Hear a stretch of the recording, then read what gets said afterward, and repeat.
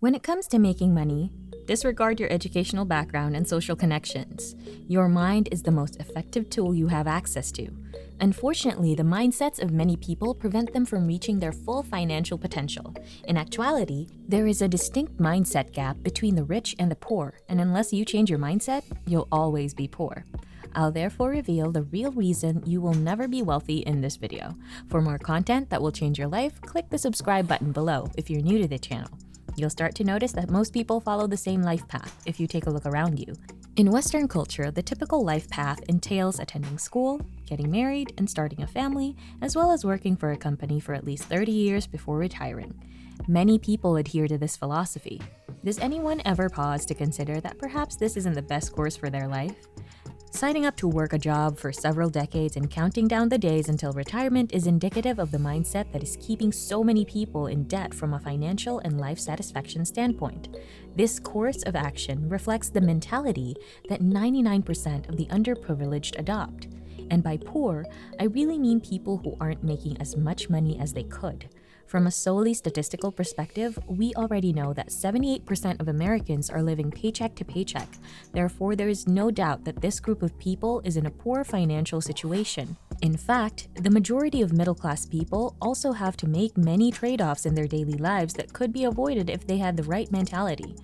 The truth is that not many people have the mindset necessary to become wealthy, but let's first discuss the mindset that, if you have it, will guarantee that you'll always be in debt. There are two possible mindsets. A life of financial abundance is unlikely if you have an offensive or defensive mindset, or if you hold the latter. You see, the defensive mindset can appear in many different ways and can appear in every sphere of our lives. You can have an offensive mindset or a defensive mindset. For example, if you're a college student. The difference between the two will make you a top performer. The first will hold you back. Being defensive in an academic setting appears like this. You have 2 weeks until your final exam and are aware that you must receive a 65% to pass with a 50 during class. In order to get the 65% you need to pass and move on to the next class, you schedule your study sessions to cover the bare minimum of material. The offensively inclined student has a different viewpoint. They don't care what grade they need to pass the class because all they care about is doing well and getting an A on the final. As a result, the student studies non-stop for the next 2 weeks in preparation for the test and gets a perfect score because of their diligence. Their scholarship amount is increased for the upcoming year. You should know that working hard does pay off in the long run. The working is divided in the same way. When you graduate from college, you typically have two options: work for the government or in the private sector. Government employment is typically associated with stable employment, fair compensation, and limited room for advancement. The private sector, on the other hand, is more competitive, which has a significant negative impact on job security. Salaries and growth, however, may be significantly higher. Let's consider the lives of our friends Tom and Jeff to see how they might have changed, depending on how they go about making this important life choice. Tom's parents, like most parents, want him to work at a stable job and have a consistent paycheck coming in every 2 weeks after he graduates from college. They knew that if Tom took a job there, he would never have to deal with the stress of losing his job, despite what his parents had convinced them of because they had both spent their entire careers working for the government. Tom decides to take a government job. In addition, Jeff's parents are encouraging him to work for the government. While the modest pay and pension are alluring, Jeff believes he is up for the challenge of working in the private industry for the first few years. Tom enjoys working for the government. The daily work is obvious, but the pay is good and he always gets to leave at 4 p.m., so his work-life balance is ideal. Jeff, on the other hand, works 50 hours per week and earns a lot less than his peers who work for the government. However, the extensive learning that he does on the job and the fascinating projects he gets to work on keep him interested in the position. 5 years later, both men are in very different situations from when we first met them. Tom now has a family and continues to work for the government. The fact that his job enables him to spend so much time at home with his infant makes him happy. He assumed that at this stage of his career, he would be earning more. And while his salary was sufficient when he was single, as his expenses rise, he starts to run into financial difficulties. Sure, he could work in the private sector and possibly earn more money, but risking losing his pension and stable position now that he has a child seems excessive.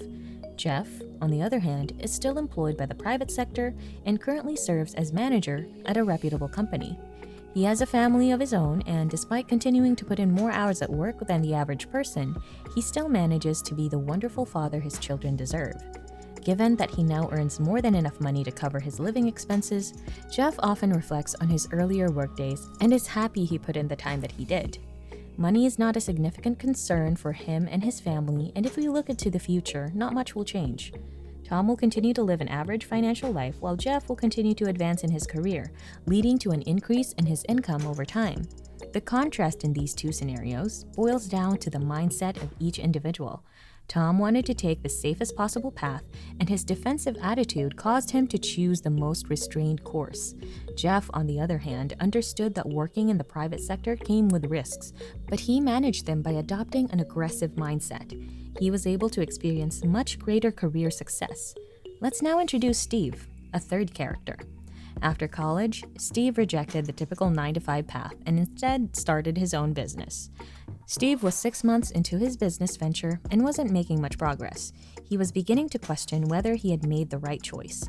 You see, all of Steve's friends chose to enroll in college, and the majority of them were very critical of his decision to forgo attending. After a year of struggling with his finances, Steve's friend suggested he enroll in college the following year.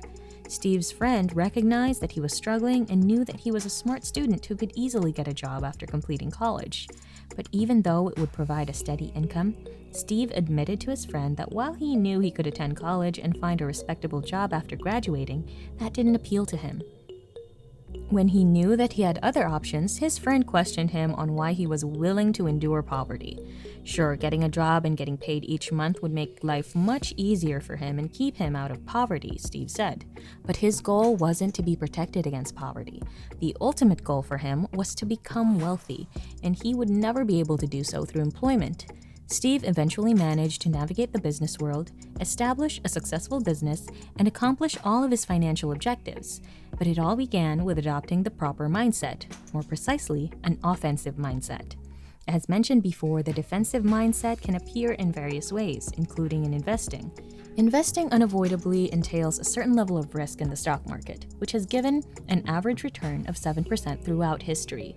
While some years may be more profitable than others, those who adopt a defensive mindset to investing run the risk of losing money. The risks associated with investing are frequently too great to handle. However, not investing can frequently be just as bad for your finances as investing. You see, the majority of people with a defensive mindset want to minimize their financial risk. Because they only make enough money to get by, the idea of losing even a small portion of the nest egg that they've managed to accumulate is unthinkable. So believing that this is the best way to protect their funds, they deposit their money into a savings account. These people are actually losing money because the typical savings account offers a return of just 0.09% per year when adjusted for inflation. But wait, saving money would prevent loss while investing it would guarantee safety. Even with inflation taken into account, those who invested would have made money if the same amount of money had been placed in the market and earn a conservative 5% return. Will the statistics sadly back up the advantages of investing? The truth is that the majority of Americans continue to underuse this financial resource. In fact, the statistics indicate that those with offensive mindsets are the ones who are benefiting the most from investing. The wealthiest 10% of Americans own 84% of all U.S. stocks, according to recent data. As a result, taking the initiative and making your money work for you appear to be major factors in achieving financial success. Beyond your occupation or investment strategy, however, your mentality, defensive or offensive, will affect every facet of your life. You see, there are basically two different types of people in the world. People who concentrate on things they can change will be more successful than those who concentrate on things that they cannot. Most people I know and encounter tend to concentrate on things they can't change. They pay close attention to their upbringing, their boss, their current political climate. You're acting defensively by attributing your lack of success to outside forces. However, the offensively minded person analyzes their surroundings and comes up with solutions that will benefit them. For instance, rather than complaining like a defensive-minded person would do if you had a bad boss, why not look for a new job that pays less? Why not enroll in evening classes to develop your skills and earn more money? Every person faces challenges in their daily lives. It's a fact.